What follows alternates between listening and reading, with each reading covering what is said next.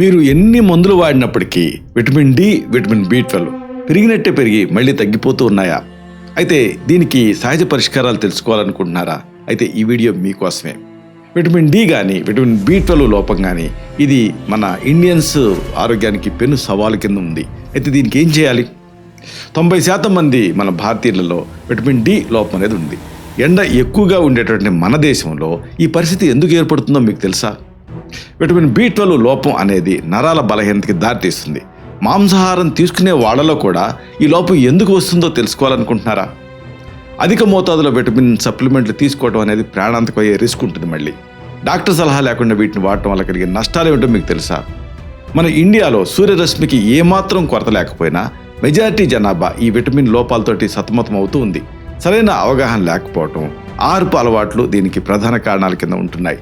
ఈ కీలకమైన అంశాల్ని, రహస్యాల్ని బాగా లోతుగా వివరంగా ఈ వీడియోలో మనం తెలుసుకుందాం.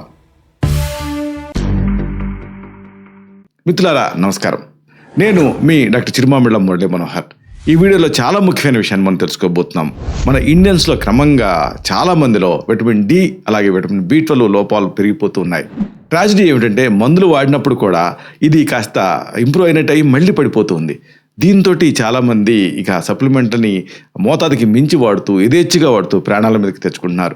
ఈ నేపథ్యంలో దీన్ని సహజంగా ఎలా పెంచుకోవాలి, విటమిన్ డిని విటమిన్ బి12 లోపాలను ఎలా అధిగమించాలి, ఈ ముఖ్యమైన అంశాలని తెలుసుకుందాం. 90% మంది మన భారతీయులలో విటమిన్ డి లోపం ఉండటం అనేది ఈ రోజులలో కామన్ అయిపోయింది. ఇది గమనించదగ్గ విషయం. సూర్యరశ్మి ఎక్కువగా ఉన్న మన దేశంలో ఈ పరిస్థితి నిజానికి ఆందోళన కలిగిస్తుంది. ఈ వివరాల లోతుల్లోకి వెళ్దాం. భారతదేశం అనేది ఎండలు ఎక్కువగా ఉండేటువంటి దేశం. అయినప్పటికీ కూడా మన దేశంలో దాదాపుగా 90% మంది విటమిన్ డి లోపంతో బాధపడుతున్నారు. అలాగే 75% మందిలో విటమిన్ బి12 స్థాయిలు చాలా తక్కువ ఉంటున్నాయి.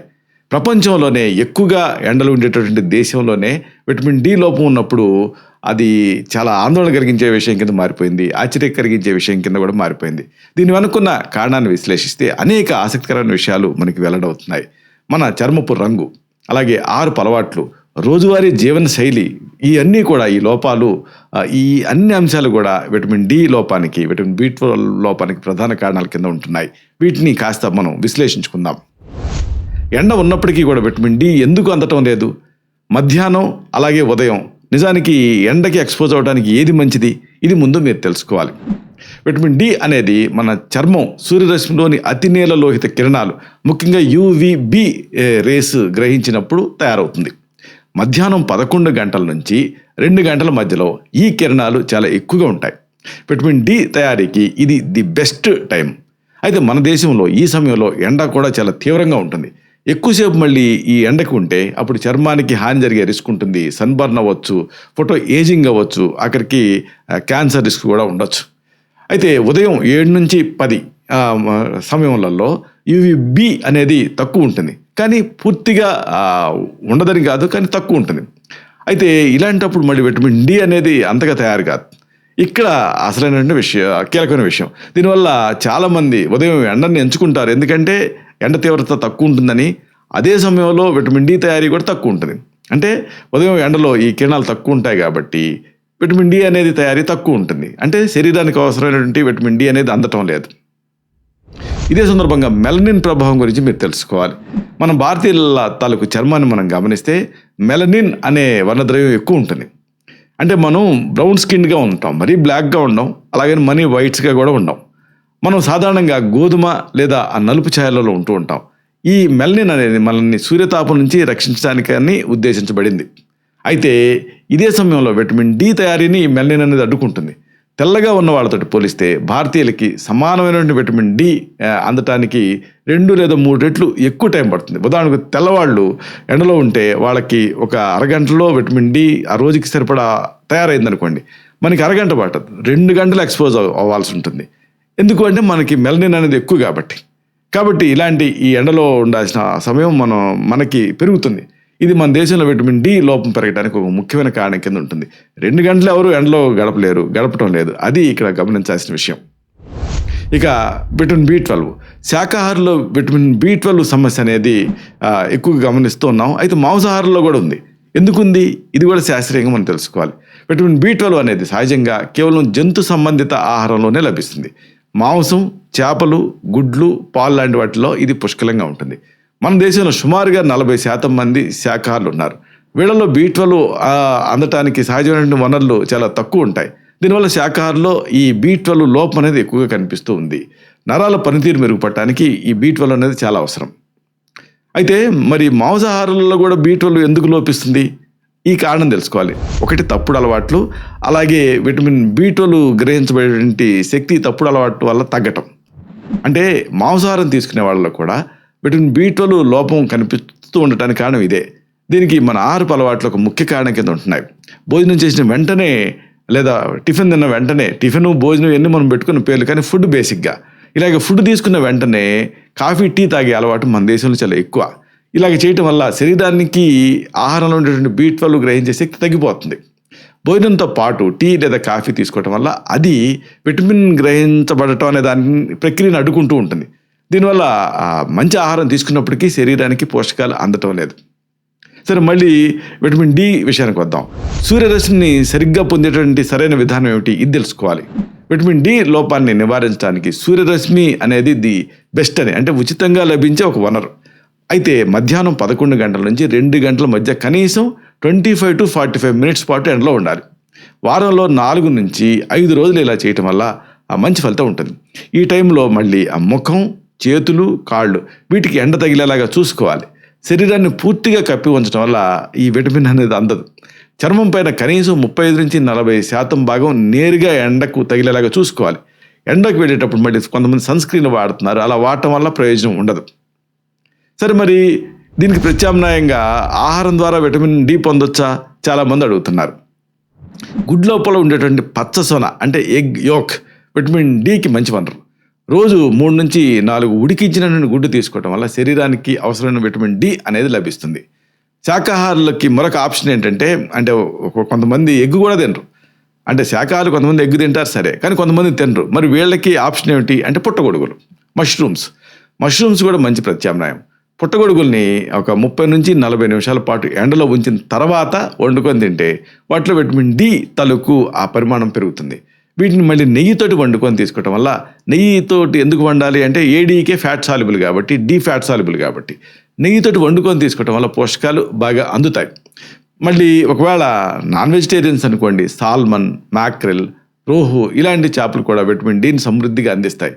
మార్కెట్లో దొరికేటటువంటి ఫోర్టిఫైడ్ పాలు, అలాగే నూనెలు వీటిని కూడా ఇక తప్పనిసరి పరిస్థితుల్లో వాడుకోవచ్చు. ఇవి కూడా విటమిన్ డి లోపాన్ని భర్తీ చేస్తాయి. మళ్ళీ విటమిన్ B12 విషయానికి వద్దాం. విటమిన్ B12 పెంచుకునే మార్గాలు ఏమిటి? ఇది తెలుసుకుందాం. మాంసాహారులకి మామూలుగా అయితే మటన్ లివర్ అనేది B12కి ద బెస్ట్ వనరు అని చెప్పొచ్చు. వారానికి ఒకసారి దీన్ని తీసుకోవటం అనేది మంచిది. అలాగే గుడ్లు, చేపలను క్రమం తప్పకుండా తీసుకున్నా కానీ B12 అనేది ఇంప్రూవ్ అవుతుంది. ఇక శాకాహారులు అనుకోండి, B12 కోసం ఏం చేయాలి అంటే పెరుగు, మజ్జిగ వీటిని రెగ్యులర్గా తీసుకోవాలి. మరి వీటిని కూడా అన్నంతో సహా తోడుపెట్టి, ఉదాహరణకు తోడుపెట్టిన పాలని వండినటువంటి అన్నాన్ని కలిపి నైట్ అంతా ఉంచి మార్నింగ్ తిన్నారనుకోండి, అప్పుడు లాక్టోబాసిల్లస్ జనరేట్ అవుతాయి. ఇలాగ ఇది B12 తయారీకి సహాయపడుతుంది. కాబట్టి శాకాహారులు పెరుగు, మజ్జిగని రెగ్యులర్గా వాడుతుండాలి. రోజు 1 కప్పు పెరుగు లేదా 1 గ్లాసు మజ్జిగ తాగటం వల్ల B12 అనేది ఉంటుంది. అలాగే పన్నీర్ కూడా విటమిన్కి సహాయపడుతుంది, అంటే B12కి సహాయపడుతుంది. పాలని కొంతమంది పదే మరిగిస్తుంటారు. ఎట్టి పరిస్థితుల్లో అలా చేయకూడదు. పదే మరిగించడం వల్ల దాంట్లో ఉండేటువంటి B12 నశిస్తుంది. కాబట్టి పాలని ఒకసారి బాయిల్ చేసి తర్వాత యూజ్ చేసుకోవటం శ్రేయస్కరం. భోజనానికి గంట ముందు లేదా గంట తర్వాత మాత్రమే టీ, కాఫీలు తాగేటువంటి అలవాటు చేసుకోవాలి. మెయిన్గా టిఫిన్ తర్వాత కూడా అంతే, గంట ముందు కానీ గంట తర్వాత కానీ టీ, కాఫీలు తాగాలి. ఇక అన్నిటికంటే ముఖ్యమైన విషయం సప్లిమెంట్స్ విషయంలో ఎప్పుడు జాగ్రత్తలు తీసుకోవాలి. విటమిన్ డి లోపం ఉందని తెలియగానే సొంతంగా ఎక్కువ మోతాదులో సప్లిమెంట్స్ వాడటం అనేది మనం చూస్తున్నాం. ఇది ప్రమాదకరం. విటమిన్ డి అనేది కొవ్వులో కరిగే విటమిన్, అంటే ఫ్యాట్ సాల్యుబుల్ విటమిన్. దీన్ని మీరు ఎక్కువగా తీసుకున్నారనుకోండి, అది శరీరం నుంచి బయటికి వెళ్ళదు.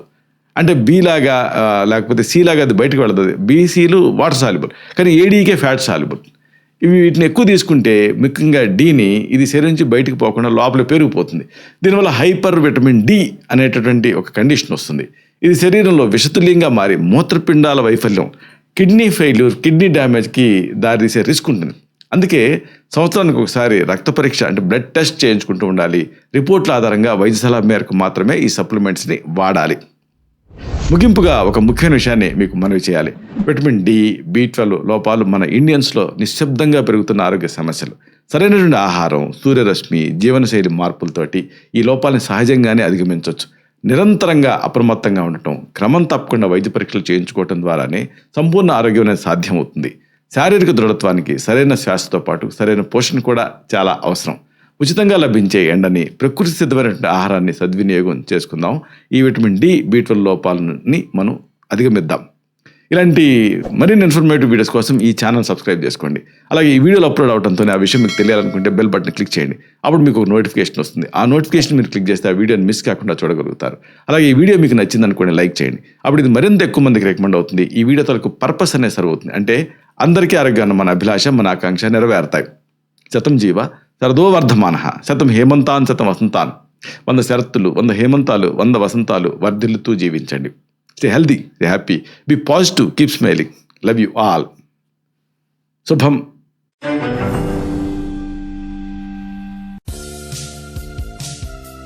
Doctor Chirumamilla Murali Manohar, MD Ayurveda, Raksha Ayurvedalaya, plot number 13, Rammurthy Nagar, CBCID colony, Hyder Nagar, Hyderabad 5,85,000, Telangana state, India. Land mark Kukatpally area, metro train pillar number A663. Email muralymanohar2008@gmail.com. Website address www.muralymanohar.com. Phone numbers 9246575510, 9177445454.